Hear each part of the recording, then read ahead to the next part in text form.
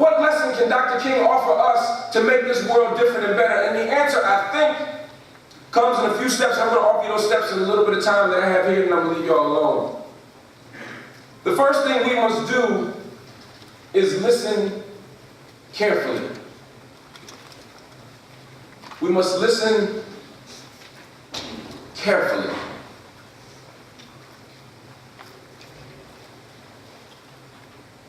We live in a country that is filled with talk. Ain't no shortage of talking in this country, in this world. 24-hour cable news, satellite radio, about 800 stations. Everybody got a blog. Everybody on Instagram, taking pictures of their food and themselves. Twitter, YouTube, all of it. There's no shortage of talking. But the motto of King suggests that we grow as a country not just when we talk, but when we listen. And listening doesn't mean I talk and then you talk and I wait for you to finish saying what you're about to say so I can say what I was going to say. Wait, that's not a conversation. That's not listening. Talking and listening are very different. And listening is the thing that moves us forward. When Dr. King celebrated his last birthday, he came downstairs and he had a small breakfast with his family. He put on some jeans, he put on a windbreaker jacket, he went down to Dexter Street Baptist Church, and he immediately began to meet. They had a small cake, they sang happy birthday, and then he listened to sanitation workers. Someone had just been mauled in Chicago. They were trying to figure out how they could get safer work environment, how they could get a living wage. He listened. He met with Chicano activists trying to figure out how they could thicken the freedom struggle so it wasn't just a black thing, but it was expanding. Because remember, civil rights didn't just help black folk. He listened to civil rights leaders trying to figure out how they could build on the gains of 64 and 65. He listened. He met with anti-war activists trying to figure out how we could stop this thing in Vietnam. He listened. Dr. King listened because it was the moral thing to do. To hear the pain of others. To hear the struggle of others.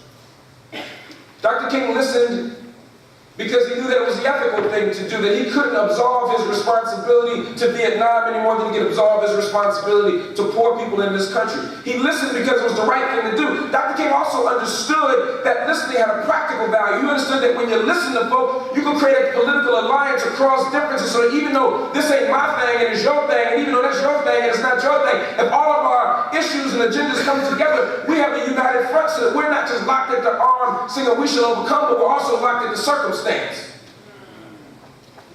Because he understood that America had a different response when we were locked at the circumstance. Dr. King wasn't just a Negro preacher, he was one of the great political strategists of the 20th century. He understood that America responded differently when it was listening to other folks' pain. He understood that white pain sounded louder. That's why John F. Kennedy walks through Harlem in 1960 holding up a black baby. It's dismissed as a campaign stunt. Oh, he's just trying to make Adam Clayton Powell happy.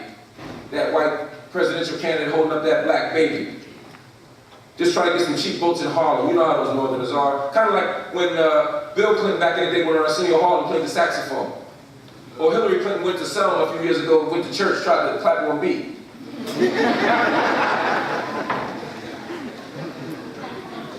A campaign stunt. Kennedy holding up that baby is a campaign stunt. A few years later, Bobby Kennedy, his brother, goes through Appalachia. He's in West Virginia, holding up that white baby. His belly's bloated, snot's coming down his nose. He's crying. And we begin our war on poverty. He understood that white pain was less tolerable. That we had to wipe in the face of poverty to make it real. Now, Dr. King lived in a moral universe that suggested that we don't want to concede that point. In other words, we don't want to live in a world where a baby in Birmingham, or a baby in Boston, or a baby in Berlin, or a baby in Burma, or a baby in Botswana were worth different amounts. No, he wanted to live in a world where they're all worth the same, but as a practical matter, he understood that our coalition was more unified, it was stronger, and it was more effective when we listened to one another and moved the nation forward. understood the value of listening to young people. It's sort of interesting to think about Dr. King now. But remember, when Dr. King, as was said in the introduction, when Dr. King was in school, he was 15 at Morehouse. 16. In his 20s, organizing bus boycotts. When Dr. King dies on April 4th, 1968, he's only 39 years old. He's young. When Malcolm X dies in the Audubon Ballroom on February 21st, 1965, 39 years old. When Che Guevara dies in revolutionary struggle, October 25th, 1967. 39 years old when Bobby Seale and Huey Newton are organizing the Black Panther Party for self-defense in Oakland, California. They are in their teens and 20s when Fred Hampton is cut down in his own bed by police in Chicago. December 4th, 19. Y'all should know this is the same as Jay-Z's birthday. That's right. December 4th, 1969. That's why he said I was born on the day Fred Hampton died. He's a teenager.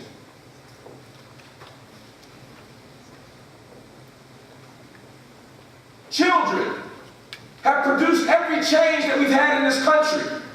Young people have inspired every movement that we've seen in this country. We live in a country that likes to knock its mothers and fathers off the stage and not put its sons and daughters on. We live in a country that's too often committed to holding on to stuff, to letting the organization die with me because I don't want my children to have it, to believe that these young folk don't know what they're talking about, to think that these young folk are lazy, that these young folk don't have anything to offer. But that is wrong because there has never been a movement, there has never been a revolution led by old folk. It's always been these young people. They've always been the one to make the change. They've always been the one to force the world to reimagine what it is. So some of us in the crowd are a little bit older than some of these young folk got to remember that, because in 1916, when the great W.E.B. Du Bois wrote a book and he talked about these young people who were lazy, who were listening to the wrong music, who were drinking the wrong stuff, who didn't care about politics, he was talking about Martin Luther King and them. He said Dr. King and them were lazy.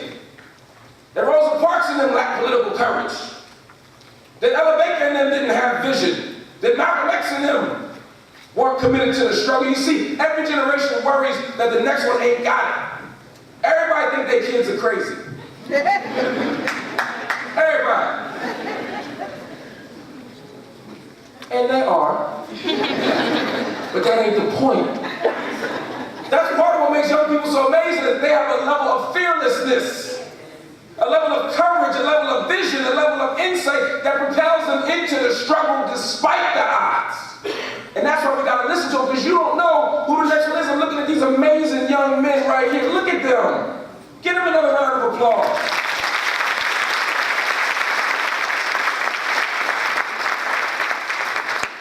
We need them. They need us, but we need them. You think when Martin Luther King Jr. was sitting, what grade are y'all in? Fifth grade. You think when Martin Luther King Jr. was in fifth grade, his teacher knew that she had Martin Luther King Jr. in her class? You know what I'm saying? Like, she didn't know. Nobody knew that. You don't know which one of these will be the next Martin King, the next Malcolm X, the next Barack Obama. We don't know. They just saw a kid in class. One of them preacher's kids. Talk kind of slow. Probably spoiled. They had no idea that he changed the world. That's why every single one of these young people matter, because we don't know which one is going to be the next one. But we need all of them.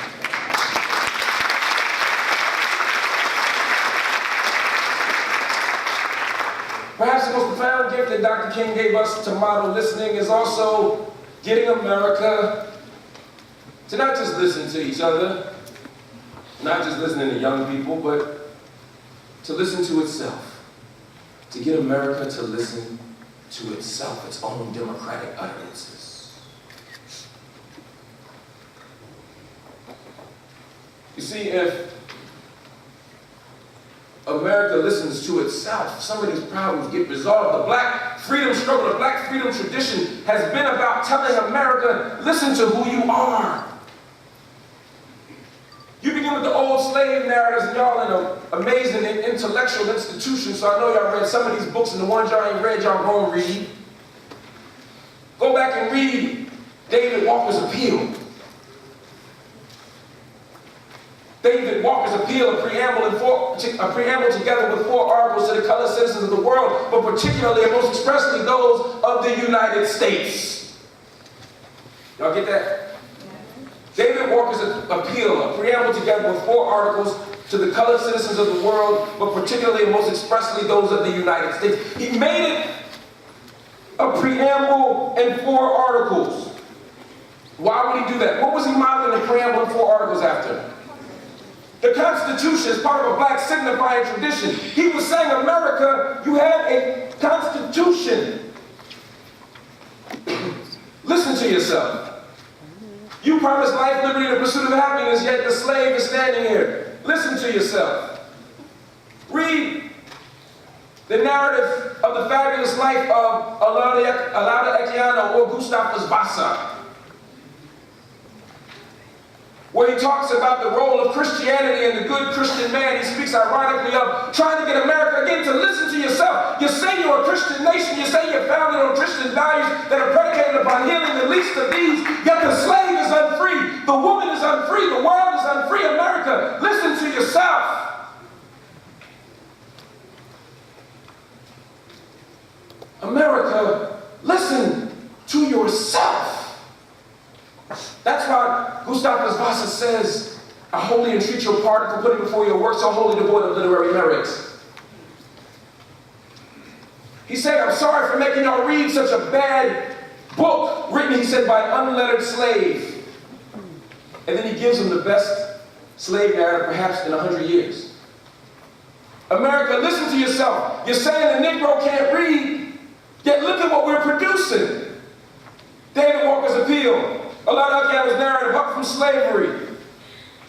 Look at what we're at, Phyllis Wheatley. Look at what we're able to produce. Look at your contradictions. Listen to yourself, America. You're telling me Negroes can't read, and yet you're constantly trying to stop us from reading.